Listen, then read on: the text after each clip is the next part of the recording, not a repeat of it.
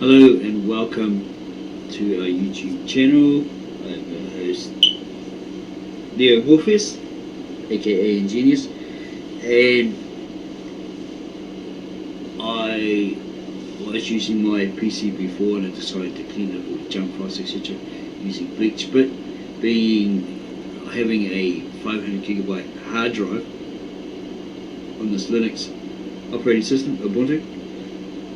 It takes about an hour to clean the whole thing using the non-password form of BleachBit and also the password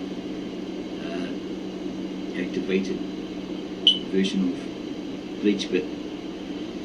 Yeah, so had a bit of a nanny nap and then a cup of tea. Found that it was all clean after a couple of hours. So I decided to go and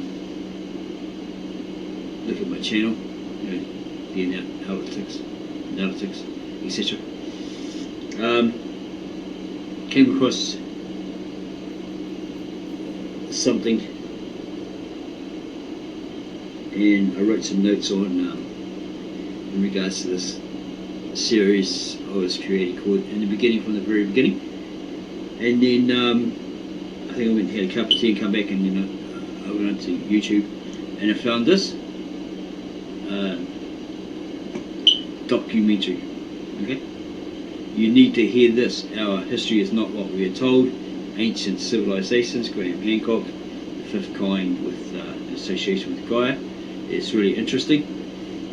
It goes right back to supposedly the very beginning, the Sumerian, Akkadian, Babylonian cuneiform, and the pantheon of gods, etc., etc. It's really interesting. Like, I had some ideas prior to this, and then they were like basically established by this video, through this video, and then I had some more ideas which uncannily were again seem to be verified by this video. Okay, so let's have a little look at it and I'll critique it on the way. Yeah, there's no copyright infringement and all that sort of stuff. Yeah, I'm just trying to put something across that I came across or thought, and it came to mind, etc. The Fifth Kind. This video is in association with Gaia.com. Go to Gaia.com/Fifth Kind for access to thousands of thought-provoking documentaries and original programs. Follow the links in the description below. The Nazca lines are still being revealed. Only recently, Japanese scientists discovered another 70 images in the Nazca Desert by using drone technology. It is very possible that the knowledge of our relationship to the stars existed much earlier and was transmitted to the people of Nazca.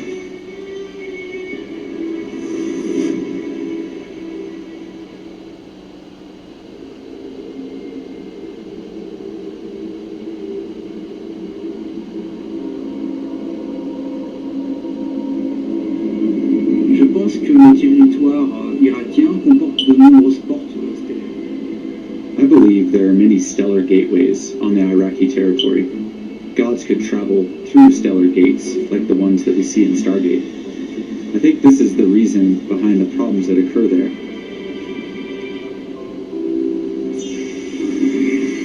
Irak, parce qu'on sait très bien qu'aujourd'hui, malheureusement, toutes les recherches. Indeed, we know very well that today, most archaeological studies all over Iraq have come to a halt. Alors, une fois de plus, là on sort un peu du contexte. Maybe we could find something. The day when it is actually possible to conduct excavations again in Iraq. Once again, we are far from scientific proof. Why would the military, or even the Americans, focus on this particular spot? Are they using stellar portals? J'en avais longuement discuté avec Jérémy. I had a long... Or are they securing the oil pipeline? Could be an alternative question. Are they protecting that? Right, they've seized it off Saddam Hussein. put him to death, right? Killed off the other guy, Osama bin Laden. So yeah, there's money in those oil pipelines. They're trying to create one that goes across all nations, links up to, I don't know, Britain or America or whatever. They control everything, right? They're in the money. Maybe it's a possibility. On conversation with Gary Zeitlin about this before he passed. Maintenant, on peut pas le prouver. Bon, maintenant, il faut savoir que Jerry... There were things he knew that he didn't tell me. His wife had worked for the American Secret Services, and he worked on the SETI project for a long time. He also collaborated a little with NASA. Mais le fait qu'ils se focalisent autant, But the fact that they got involved in and supported my work so much over several years makes me believe there is some truth to it, or at least that they had access to information which coincided with what I had translated. Anton Park's research on the Sumerian cuneiforms not only attracted the attention of those in curious fields, but it also opened new doors at looking at older evidence. The basis of our Here, this on this Sumerian relief, it's got a wristwatch, it's a sundial, or just a wrist ornament, you know. But they're going to say, oh, it's possibly a wristwatch that connects them with the gods, you know, like from portal they can walk through, etc. Go to another dimension, all that sort of stuff. If you've ever seen the movie They Live with Rowdy Roddy Piper, the ex-wrestler, and Keith David Keith, whatever his name is, etc. And you're in the alleyway, and this watch that the black guy had gotten hold of malfunctions and opens a portal and goes through it, ends up in like this basement, this underground basement.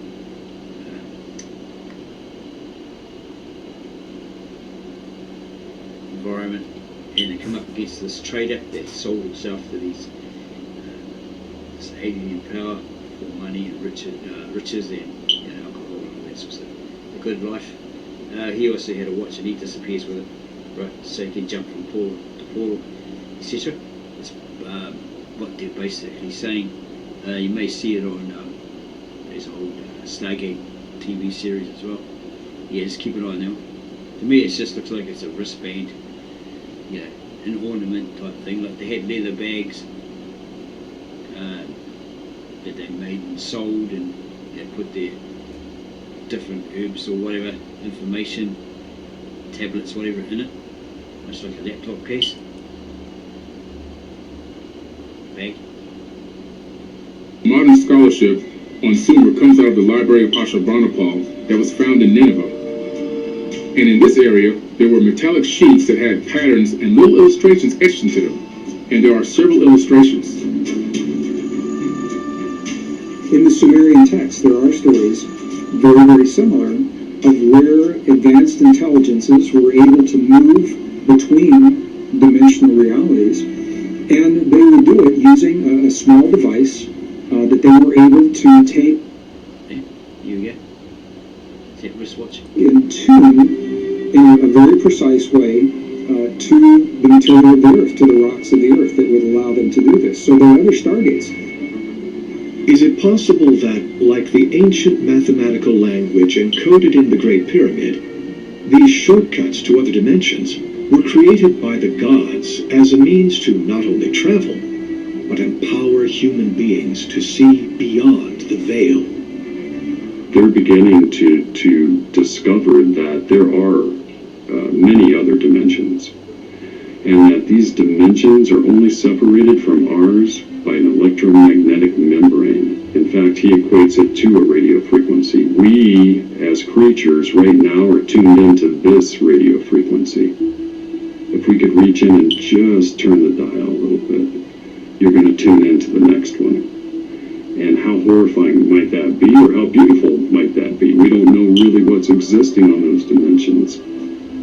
What we do know is in places like the Cairo Museum in Egypt, a number of artifacts have been found from sites such as Saqqara, for example, that scientists simply cannot explain. They're reluctant to even put them on view to the public. Some of them are in back rooms that are boxed up in the lower levels. They're made of materials that are not from Earth. We don't know what this stuff is. Could these materials of unearthly origin be proof that these gateways did exist? Anything referred to as a gate of God or a navel of the earth is usually a sort of an energetic hotspot where the laws of physics are slightly different, or just so, that allows you to step through a portal into another level of existence. There is one interpretation that would say perhaps there was something going on connecting different planets, different civilizations. And remember, the Sumerian accounts are of jealous gods, essentially, gods who are vying for influence and power. Could mankind's ability to find these stargates be the next chapter in forwarding our understanding of the multi-dimensional universe we live in? There's a Stargate believed to be a similar doorway. It's in Turkey. There are others in Egypt. There are others in Iraq. And there are naturally occurring Stargates in the American desert southwest. Okay, yeah, so I was thinking on that statement that there's these supposed portals, these gateways in Iraq, Turkey, that sort of stuff. If you have a look at the book of Genesis,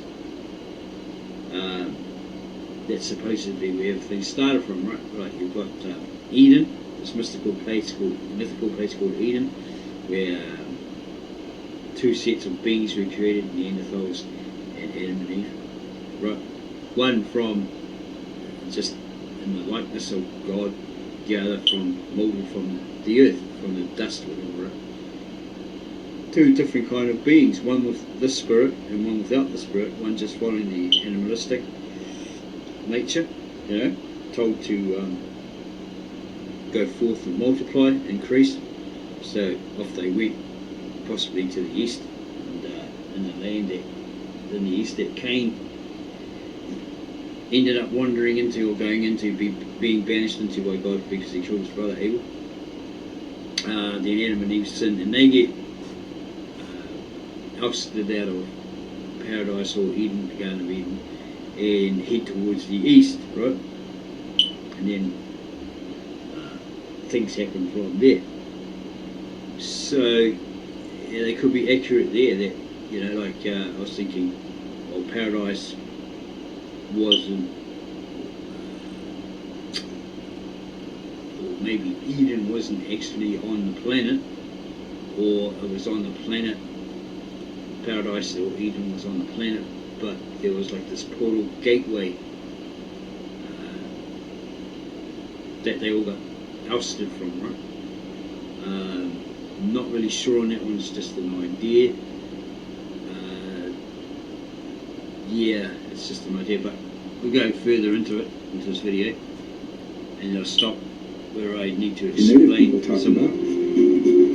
Places like Göbekli Tepe, or certainly the area around Göbekli Tepe in southeast Turkey, the area around Giza in Egypt, and other places like Stonehenge in England, they form part of what might be described as an earth grid, and that there were reasons for establishing these places.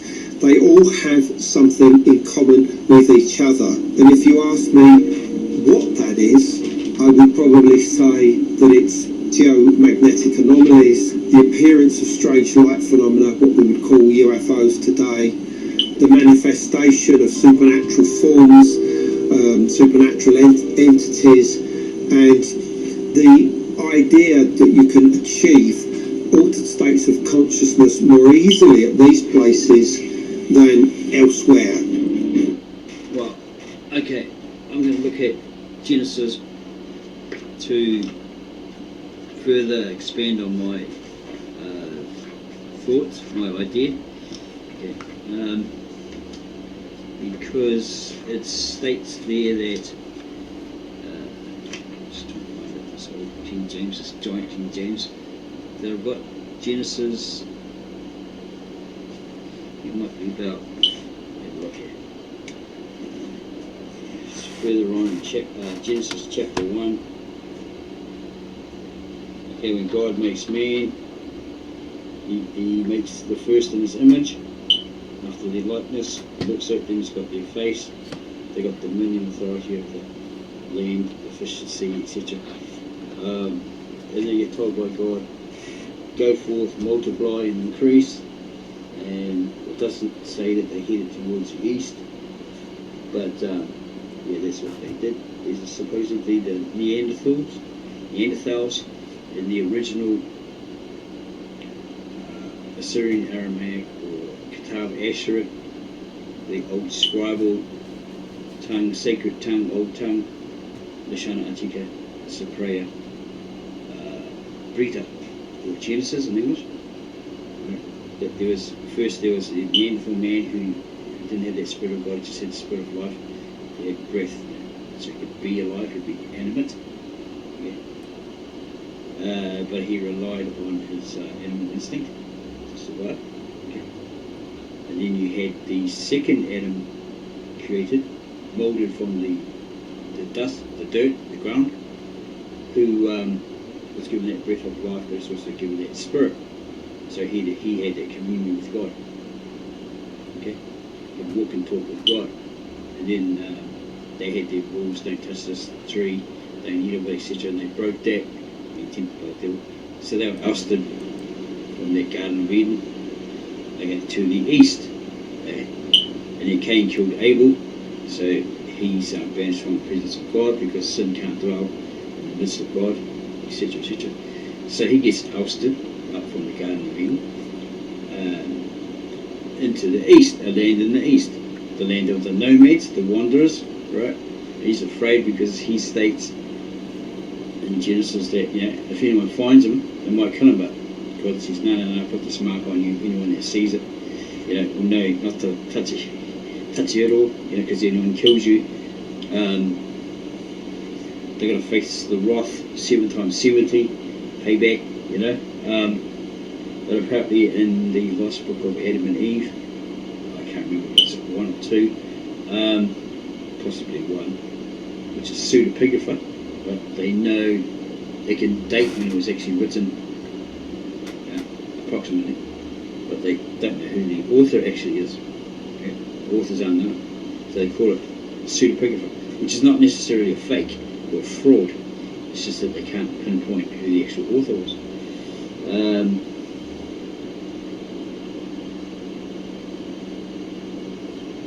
So they integrate with these Neanderthals, their offspring, and so forth and so forth. Okay, hopefully I've cleared that up. There's a point where I need to reach where they build that tower. So there is an elaborate science that I've gone into for many years, which I was analyzing how it is possible that stone monuments could actually function as a portal generator.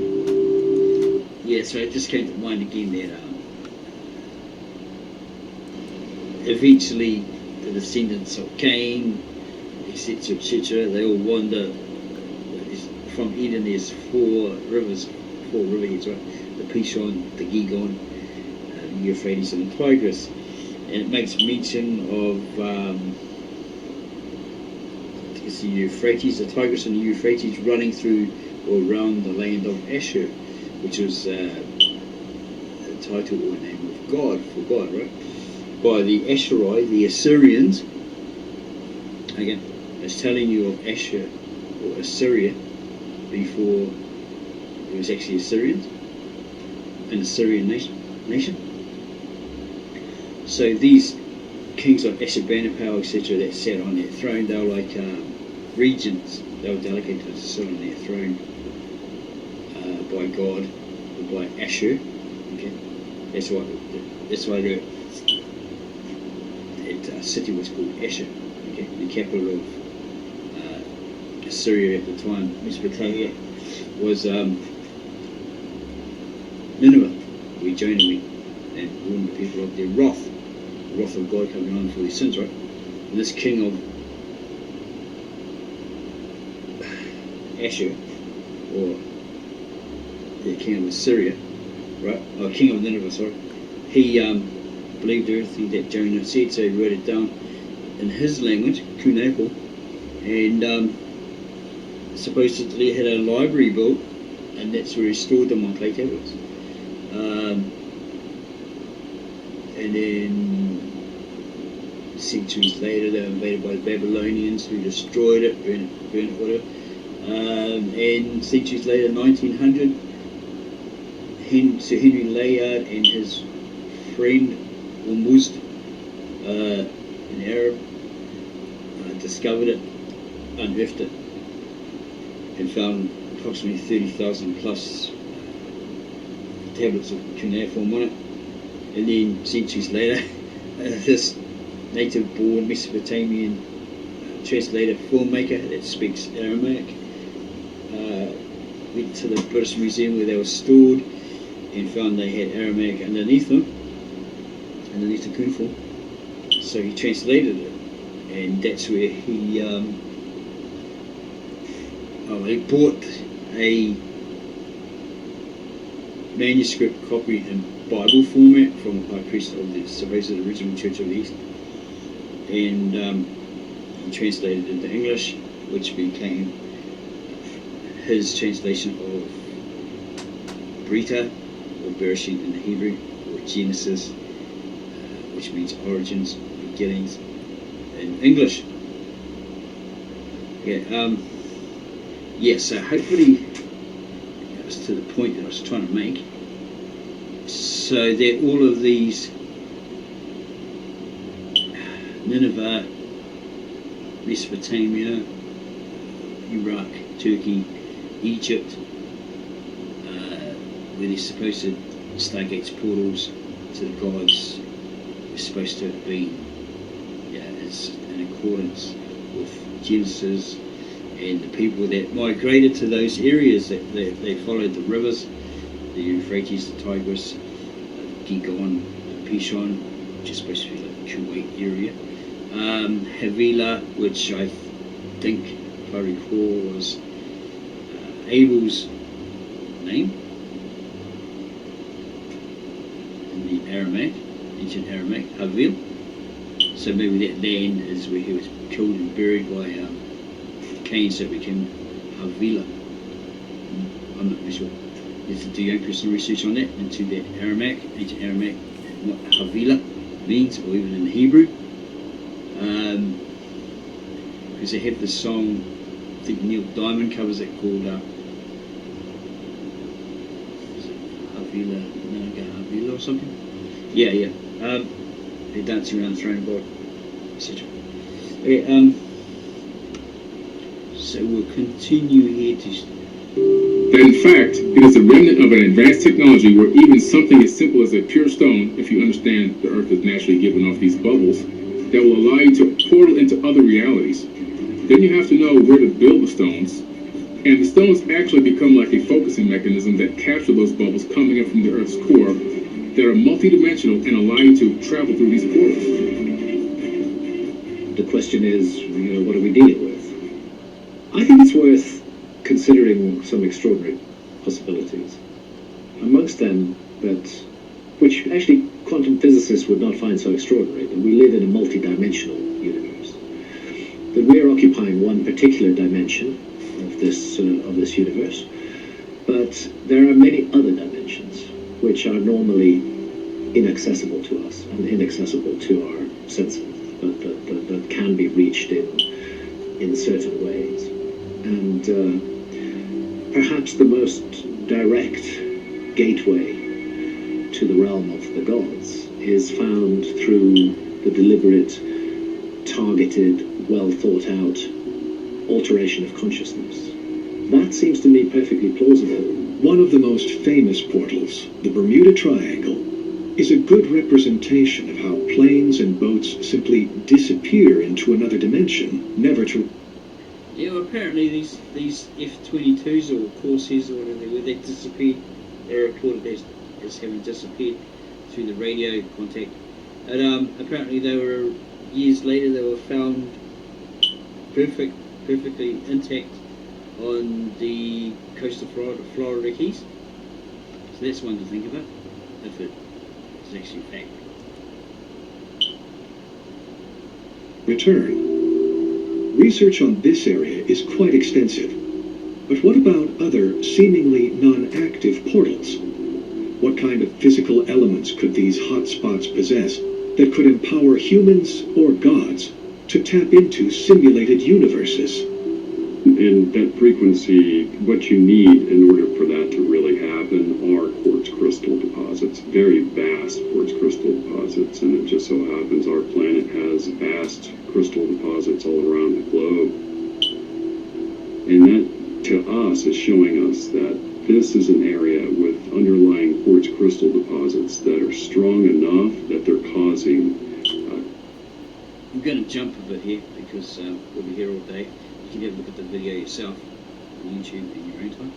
I want to keep Along with their Garden of Eden, thanks to the elements found with Google Earth and Gary Zeitling from NASA, it took us straight to eastern Turkey, close to Road 5651.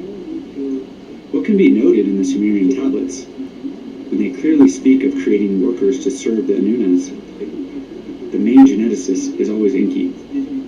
Enki is very proud of what he is doing. However, he always has to do it in secret.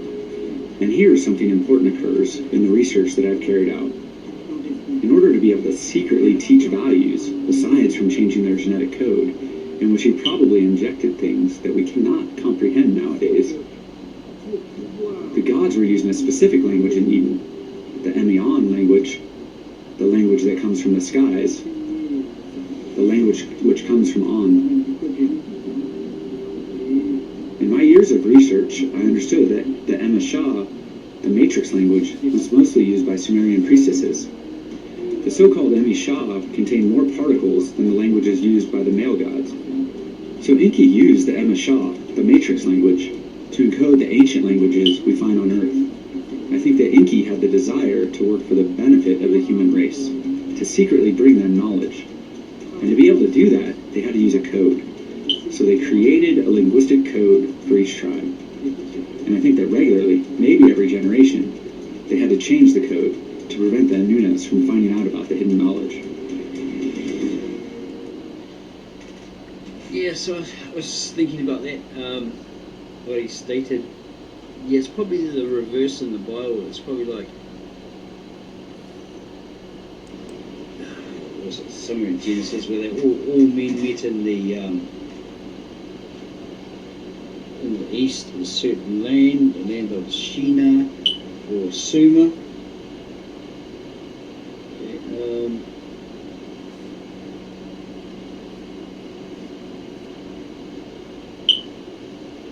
Yeah, they all met there, and they all spoke one language because they've been given that one language.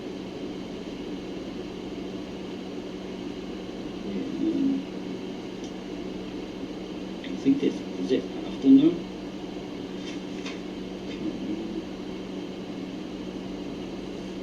Just have a quick look here. Okay.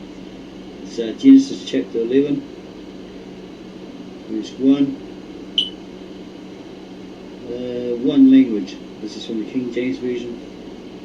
And the whole earth was of one language and of one speech. And it came to pass as they journeyed from the east, they keep going from the east, keep moving to the east, that they found a plain in the land of Shinar, and they dwelt there. And they, this is verse 3 of chapter 11, and they said one to another, go to, that's where it says go to. Well, here's pretty bad.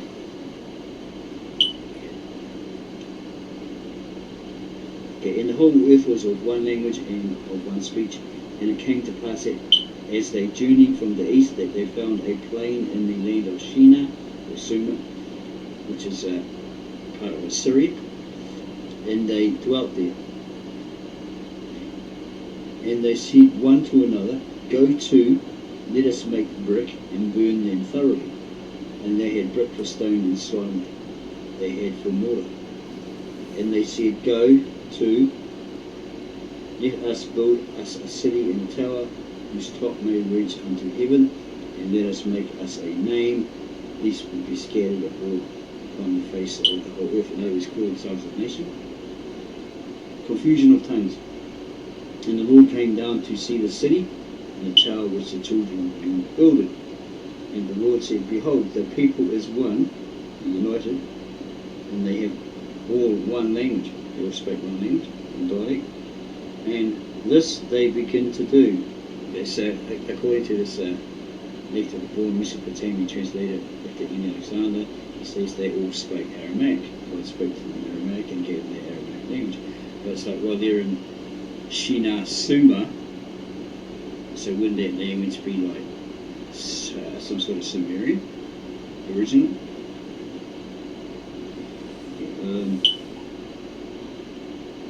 And now nothing will be restrained from them which they had imagined to do.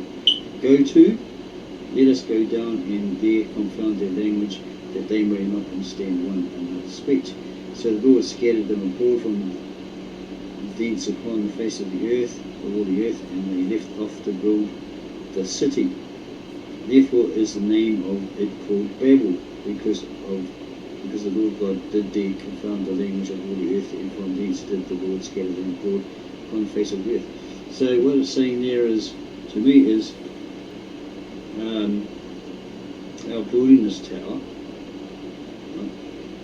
and then God said, oh, look what they can do. There's no stopping them. Okay, so let's confound them by giving them languages so they won't understand each other. And then they were scattered by him abroad across the face of all the earth, and they left off to build the city. They stopped building that tower, or that city. Okay. And the name of it was called Babel, because the Lord did there confound their language, the language of all the earth, and from these did the Lord scatter them abroad upon the face of all the earth. So building, construction stopped, right?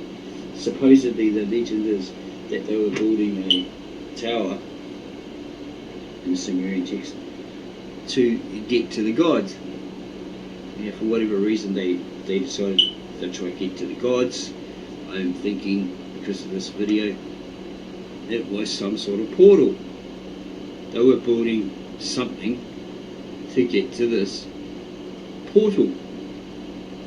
Yeah? And into this other dimension to get to the gods. To get to the gods, where the gods were. So these guys were like, stop that. You know, got to stop that. Because if they can build this damn tower, then they can get to this portal, this doorway, and get to us. Right, and dwell amongst us. We've got to stop that, right? So they stopped them and they collapsed it, and they spread them all over the place. So it's the reverse of that Genesis account. Okay, according to what they're saying, I believe what they're saying in this video, it's the reversal of that Genesis. Okay? Because don't forget that King James Version is a translation from 1611. It's a translation of the supposed original Aramaic Hebrew scriptures into English of the day, 1611. Okay? And then it's like authorised to be read in all the churches of England, because the main church was the Church of England, had branches, right? So that King James ordered all these new versions be read throughout England through the churches of England, which are Protestant at the time, because it removed the Catholics. If you have a look at the forerunner, the preface, the foreword, dedication letter to the King, and this older King James Version, it tells you there. It details it there. So I think I might leave it there, because I think I've covered what I was trying to get at, what came across my mind. And there's another hour or so of this video. You can watch it in no time. So if you'd like that, then subscribe to our channel, add your comments below, give us a like, and tickle that bell so you get notified of any other interesting videos that we create. especially this one. In the beginning, from the very beginning, I've got this idea, and yeah, so you might want to look at that. Okay. We will see you on the next exciting video.